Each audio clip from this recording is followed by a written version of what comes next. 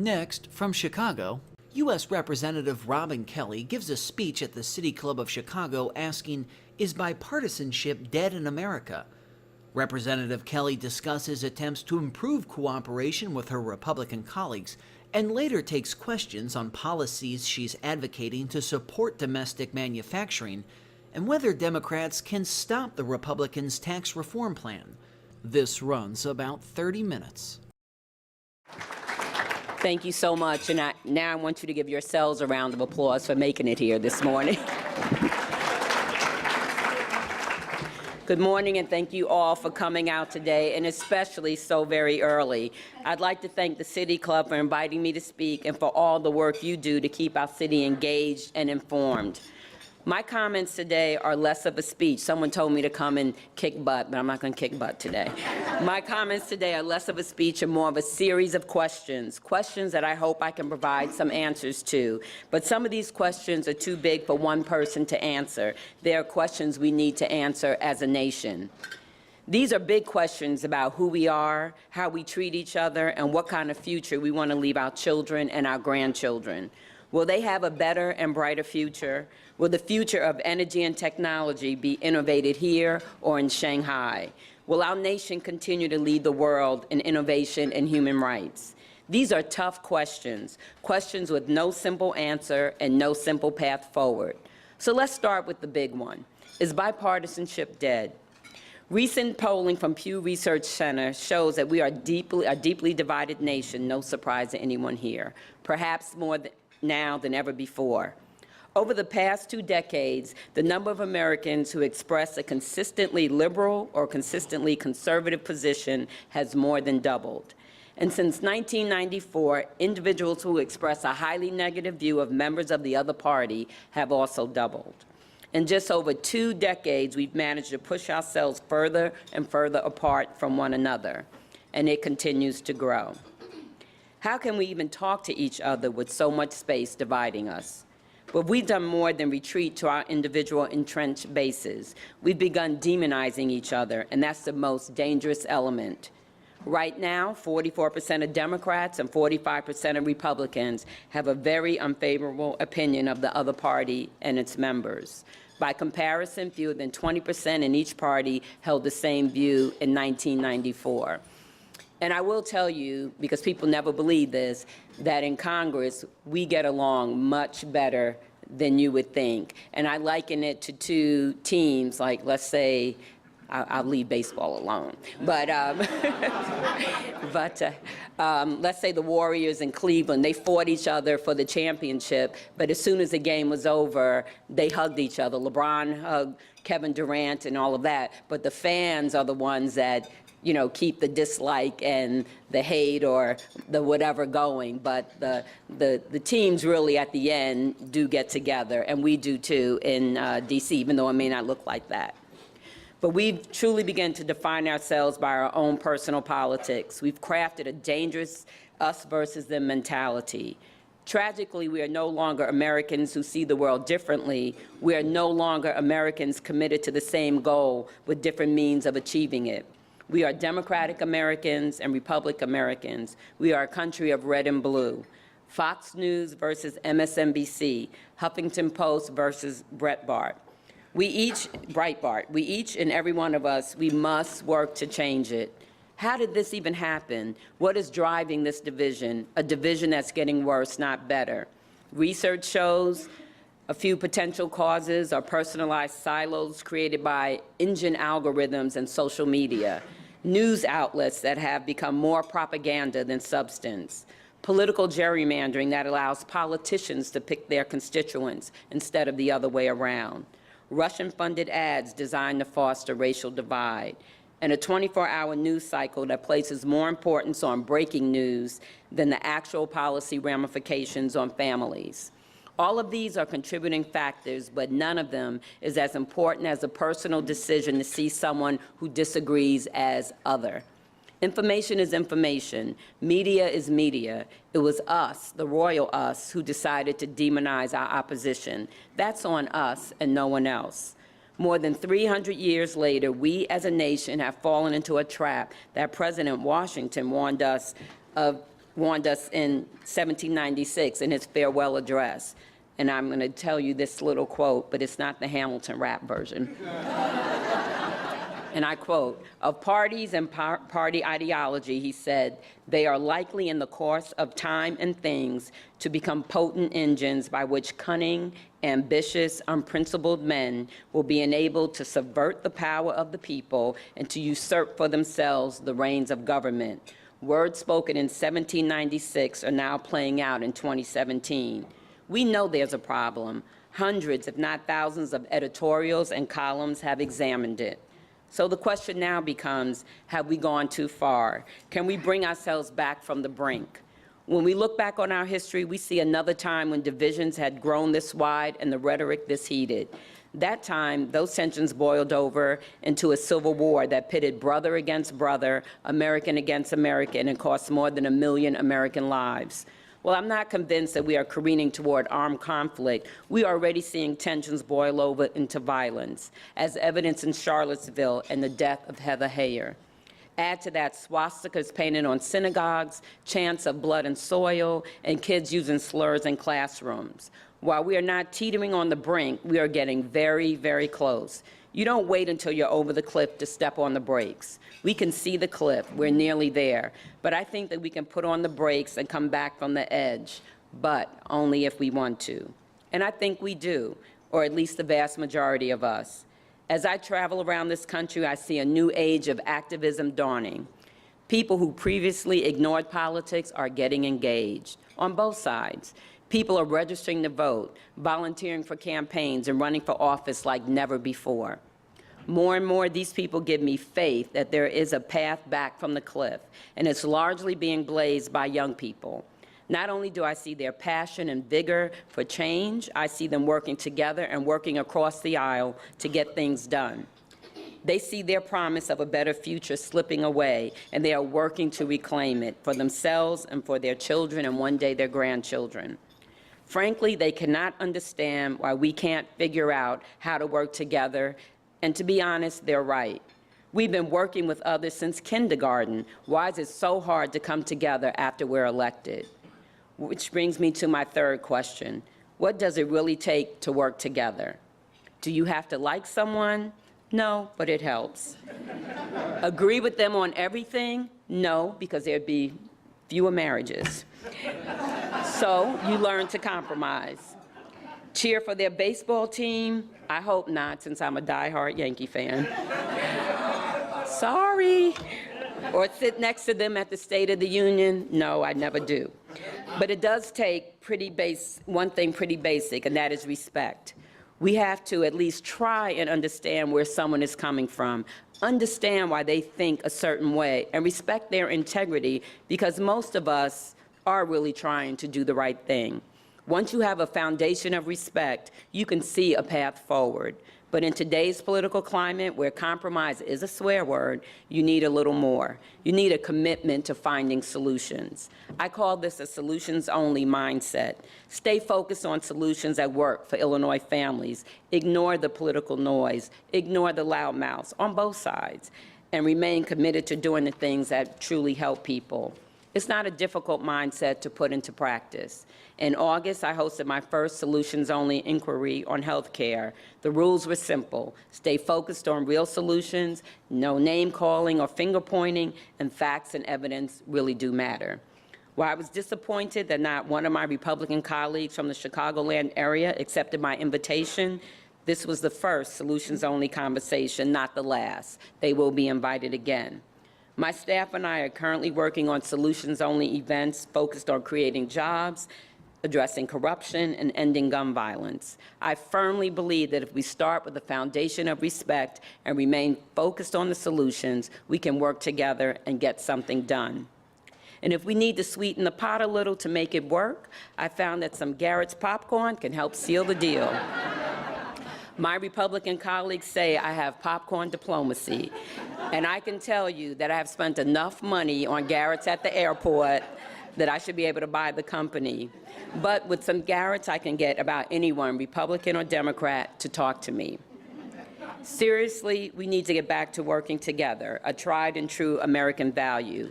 It's fundamental to our history, to who we are as Americans. For example, Illinois' favorite son, President Lincoln and his so-called team of rivals. In explaining his actions, President Lincoln noted he had no right to deprive the country of its strongest minds simply because he occasionally disagreed with them. Now, we disagree more than occasionally, but President Lincoln put country over party in the heat of deep division within his own party and within our nation. Decades later, we saw the same bipartisanship come together to propel our nation into the space age. When Sputnik launched, the U.S. space program was in its infancy, and this posed a massive national security threat to the U.S. and our allies. So Democrats and Republicans came together and in less than a year created NASA. Just one decade later, the first man, an American, walked on the moon. Fast forward to the 1980s, when President Reagan and congressional Democrats did two things completely unthinkable. They tackled not only one, but two of the third rails of American politics, tax reform and Social Security. So yes, it can be done. In fact, bipartisanship is the American tradition. So working together is important. Bipartisanship matters, but does it really create better policy? The answer is a resounding yes. Let's start with something big and international, the Nunn-Lugar program, named for Democratic Senator Sam Nunn and Republican Dick Lugar from next door in Indiana. To date, this program has secured more than 260 tons of nuclear materials that could be used to create bombs and destroy more than 500 intercontinental ballistic missiles. Bipartisanship creates good foreign policy. What about national policies? Recently, I worked with my colleagues, especially Texas Republican Will Hurd, to revolutionize government technology because some agencies were still using floppy disks. Now, I know there's a lot of people out there that worked with me before, so you're shocked that I'm involved with IT. Together, we put forward a common-sense bill that everyone agreed to. Would I have wanted some changes? Sure. I think Congressman Hurd wanted some changes also. But we compromised. We worked together and passed a major overhaul of government IT that will save taxpayer money, increase our cyber defense, and prevent flash drives from still being used 50 years from now. So that's a check mark for national policies. What about state policies? When I was in the state legislature, I worked with my colleagues on both sides of the aisle to pass the EDGE Act, which gives border communities an advantage to outcompete out-of-state rivals, and a common-sense bill to stop straw purchases of firearms. And believe it or not, that straw purchase bill was supported even by the NRA. What a difference a decade makes. Globally, nationally, and locally, ideas crafted by working across the aisle are frankly better policies than those conceived, developed, and crafted in an ideological silo. But it's one thing to talk about being bipartisan, to encourage people to work together. It's another thing to put money where your mouth is and do the hard work. And here's what I'm doing right now to deliver for Illinois families. Each one is a bipartisan effort. Unfortunately, there isn't much appetite in Washington these days for groundbreaking ideas, but I'm working around the edges to tweak and expand programs to make them work better and reach more people. Let's start with one project that's a win-win for everyone. It's my Feeding America Through Farm Flexibility Act, which has been endorsed by the Illinois Farm Bureau and is co-sponsored by my downstate Republican colleague, Rep. Mike Boss. And it's pretty simple. It tweaks the crop insurance to allow farmers to grow more fruit and vegetables to help feed families living in food deserts. Right now, the crop insurance limits farmers growing fruits and vegetables on just 15% of their land. If they grow more, they start losing crop insurance. My bill increases that threshold to 20% if the additional 5% is donated or sold into a food desert. It's a win-win because families can get healthy food and farmers can grow and sell higher value products, critical when commodity prices are so low. I'm glad to share that this legislation will be part of the Farm Bill coming forward later this year. At least that's what they tell me. Helping farmers feed hungry Americans is only one of my projects. I'm also working to make it easier to put government services in your pocket. My Connected Government Act, which is co-sponsored by Rep. Mark Meadows, the chairman of the Freedom Caucus. I bring him lots of popcorn. I'm going back today to bring him his Garrett's.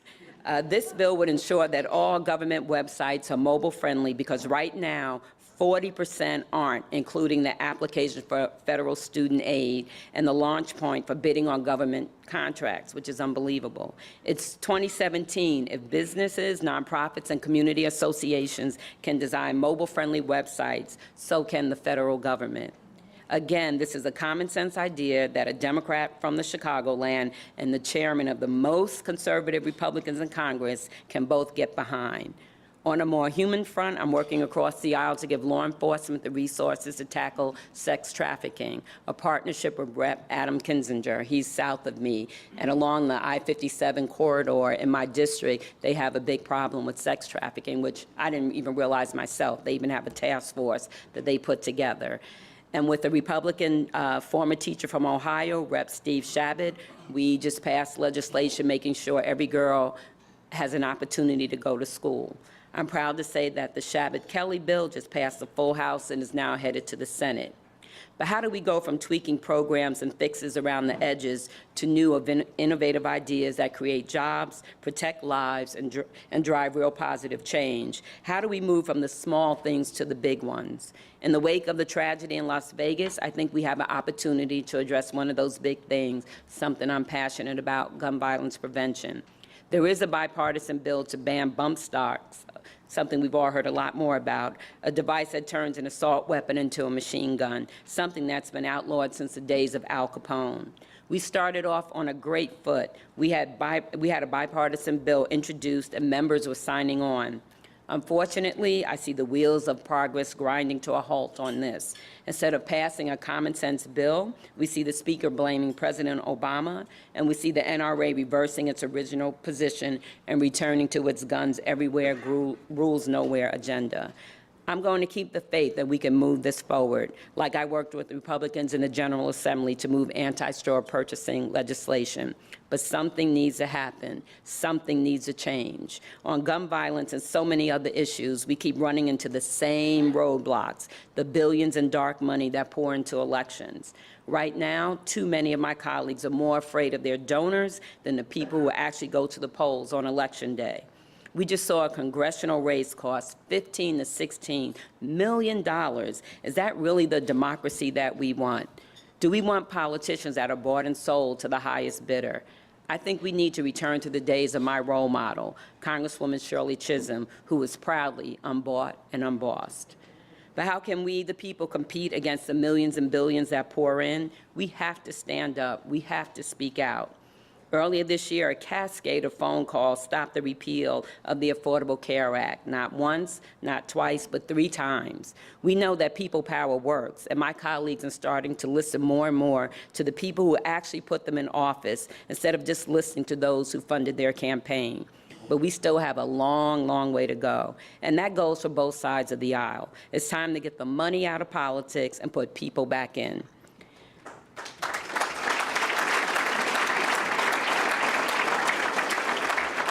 And we especially need you. We needed and still need the voices of trusted individuals like doctors and nurses who spoke out against ending access to affordable health care. We need more of this. We need law enforcement speaking out against Republican efforts to legalize cop-killing bullets in the silencer legislation. We need manufacturers speaking out about the skills gap and need for qualified and properly trained workers. Speaking out matters, but we still can do more. We have to give people something to believe in. We have to be for something instead of just against everything. In 2010, we saw the emergence of a party decided to no. In fact, they weren't the party of no, they were the party of hell no. It's 2017, and I can't tell you when I last saw a Tea Party rally. It's just not enough to be anti. You have to have some substance. And that's what my Democratic colleagues and I are working to do, give real substance, real policy solutions that are simple, direct, and understandable. Policies that will help people get good jobs, help them afford a home, and bring down the cost of their medicine and health care. It's time for Illinois families and families around this country to get a better deal. A deal that invests in Illinois families and American communities. A deal that restores the promise of the American dream. A deal that treats people who work hard with fairness and compassion. It's time to invest in the working mom growing her small business and the kid trying to afford his college education. Let's remind ourselves that we are all in this together. Let's just take one of the provisions in our agenda, quality high-speed internet access for everyone. Right now, 56% of rural Illinoisans don't have quality, high-speed internet access. It's 2017. You need the internet to pay your bills, check your kid's report card, and sell your business products online. How can we compete when more than half of our neighbors don't have access just because they live in a rural community? This is a jobs issue of the 21st century. The entire Better Deal agenda is built around creating jobs and training workers for the jobs today and in the future. Right now, Chicagoland has about 15,000 jobs open, advanced manufacturing jobs paying an average of $70,000 a year. In fact, some of my staff said they were going to leave me because I don't pay them that much.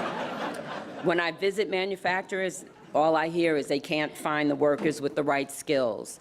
Our Better Deal seeks to change that by helping people get better skills for better jobs with a better wage. We want to expand apprenticeship programs and tax credits for businesses that train workers with new skills. We want to partner our community colleges with companies to develop curriculums that ensure students graduate job ready, and my bill with Senator Duckworth would make that happen. We also need to do something to help make families safe. For too long, Chicagoland has watched gun violence take the lives and futures of our young people. We've watched it tear families apart. A bullet has no name on it, and not one of us is safe until we stop the violence. There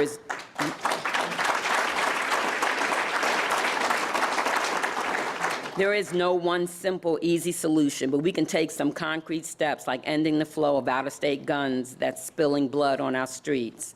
According to the CPD, nearly 60% of crime guns come from outside of Illinois. A quarter come from our neighbors in Indiana and Wisconsin, yet there's still no federal gun trafficking statute. But we can and must do more. Let's take the common sense steps that are supported by 90% of Americans and 70% of NRA members and pass background checks. In the coming days, I have a meeting with a senior colleague on the other side of the aisle to talk about gun issues. When I reached out, I went over and I explained that I just wanted to understand their point of view regarding background checks, the Charleston loophole, gun trafficking, and straw purchases, because I'm very open-minded, but I just can't understand the rationale, so we'll be meeting on Tuesday.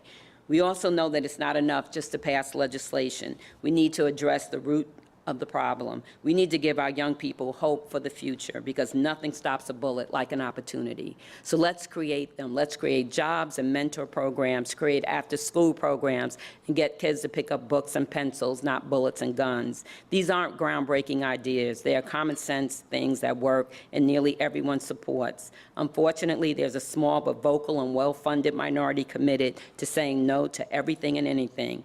Now, I could go on about the challenges and solutions, but we can talk for days about what we should do or could do, but there's really only one question left that matters. Do we really want to change? Are we ready to work together for a better future instead of fighting for the scraps of the present? Can we come together and look beyond the next election, the next redistricting, and actually do something, anything for American families? Can we have the same goals but agree that we have a different means for achieving them? Can we get back to American values, values of a respected opposition and respecting the voice of American people and not just those of campaign donors? Can we really come back from the brink and give families something to believe in? Can we finally be for something and not just against everything?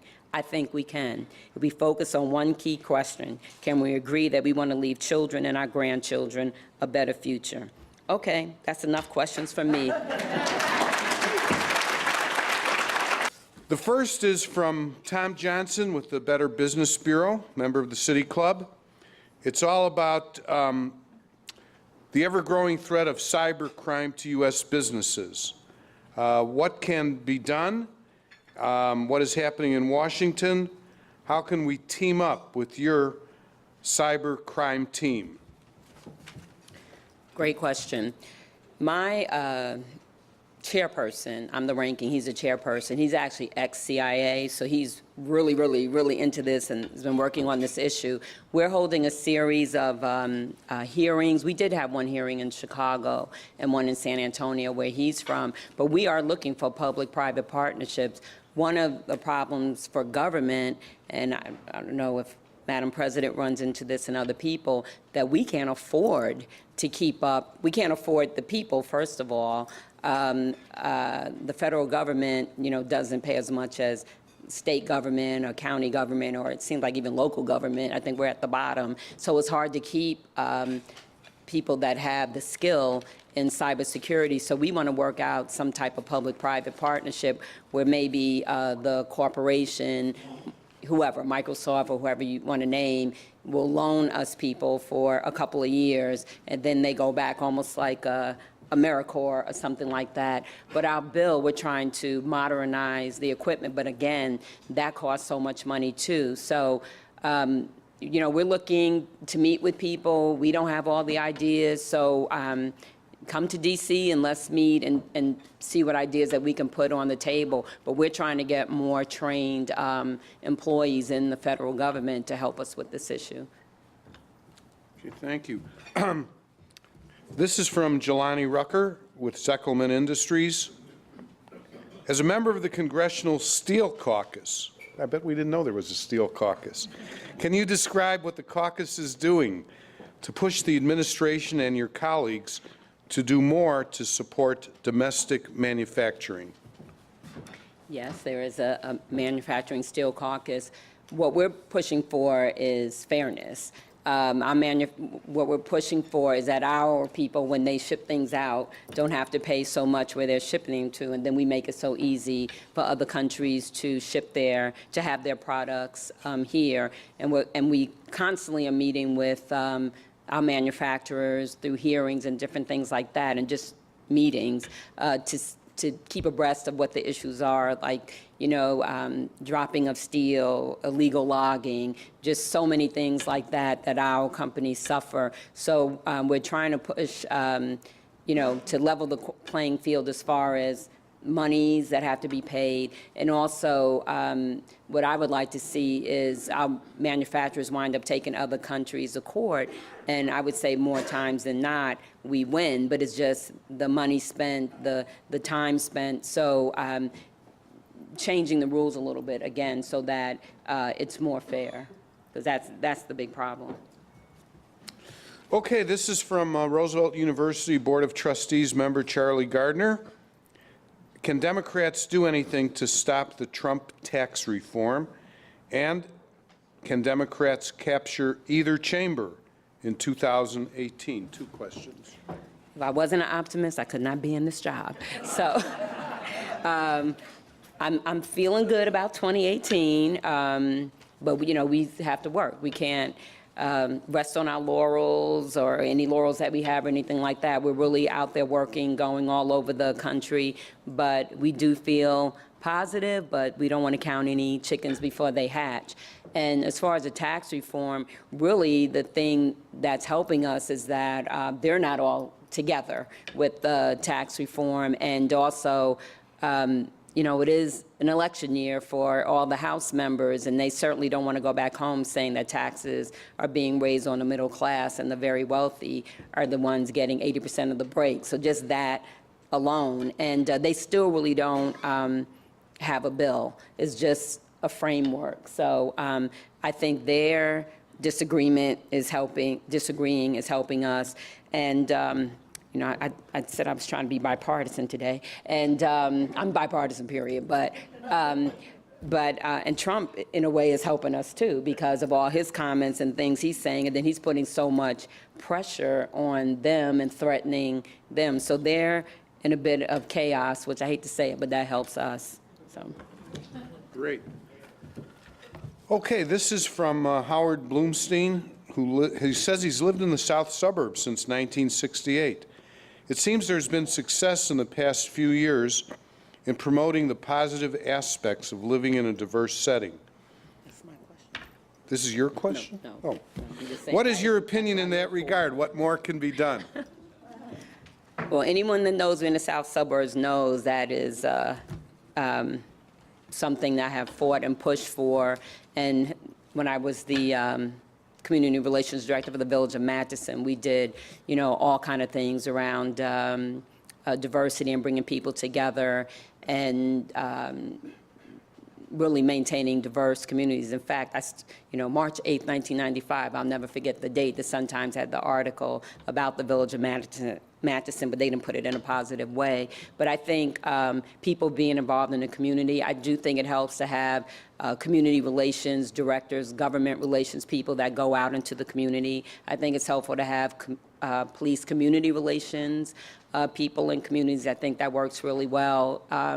Like economic development builds the brick and mortar, but community relations, to me, builds the heart and soul. But, we've done diversity dinners in the South Suburbs. We just celebrated 20 years of that, and we had people come from all over the South Suburbs and Indiana and actually Chicago also, and just different villages are doing things like that. But really people coming together and getting to know each other instead of having the perceptions of the other, as I talked about in my speech, just having the opportunity to bring people together. And also,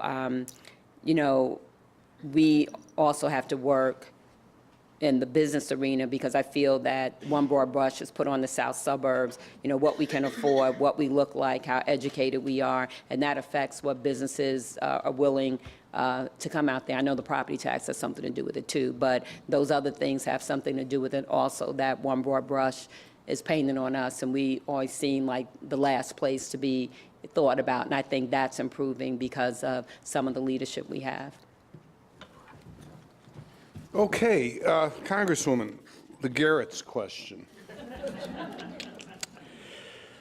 We're all interested in how many people, how many percentage on this, on the other, and so on. I don't know, is Garrett a publicly traded company? I don't know, it may be privately owned. Family. I Family met owned. the vice president because Okay. I said to him he needed to move one to Washington, D.C. Absolutely. Which they did. They moved one to Virginia, but I still got to buy it. Okay, so here's the question. Based on your observations, members of your caucus and of the opposition, what do they prefer? Caramel, cheese, plain, or mix? Actually, it's bipartisan. I have most want cheese and caramel, but Eddie Bernice Johnson, Democrat from Dallas, just likes all cheese. Marsha Fudge, Democrat from Cleveland, all cheese. Kevin Yoder, Kansas City, all cheese.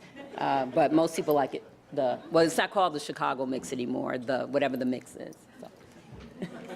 You think Garrett's will replace deep dish pizza and Chicago hot dogs as the thing that we associate with food from Chicago? No, they still associate deep dish pizza with Chicago and Polish and what else Okay. did you say? Oh, the Chicago dog. Right. Yeah. Great. Folks, let's give Congresswoman Kelly a big round of applause. Thank you.